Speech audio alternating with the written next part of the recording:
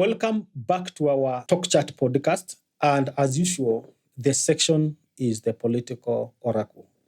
Today, I want to go back to some idea that I have always floated to my people, and also to the listeners or to the friends with whom sometimes we meet and discuss politics.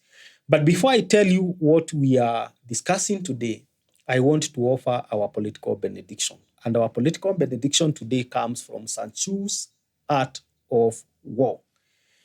And Sanchu says, if you know the enemy and know yourself, you need not fear the results of 100 battles. He also says, if you know yourself but do not know the enemy, for every victory gained, you will also suffer a defeat. Another thing I want to say in the benediction is this. If you want to understand politics, understand relationships of the political players. And today I want to put across a statement, and I want to prove or to use evidence to prove it right. The statement is this, that Kamba nation is politically Nyanza. As we head toward the 2027 elections, sometimes we actually want to look at the people in terms of their tribes, in terms of their political affiliations, or in terms of voting blocks.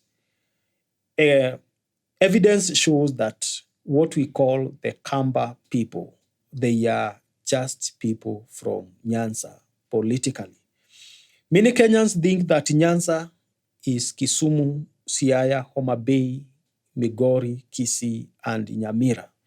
But I want to add this, that solidly what we call Ukambani, the Kitui, Machakos, Makueni, and also to add to that also Mombasa, and actually other places that have been supporting or have been in opposition since independence, they have the same political DNA with Nyanza.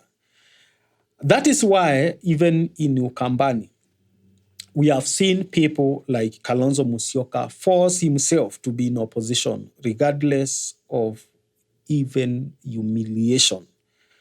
He was part of the 1990s system that the Young Turks supposedly fought. Remember, the Young Turks came largely from Nyanza and Ukambani.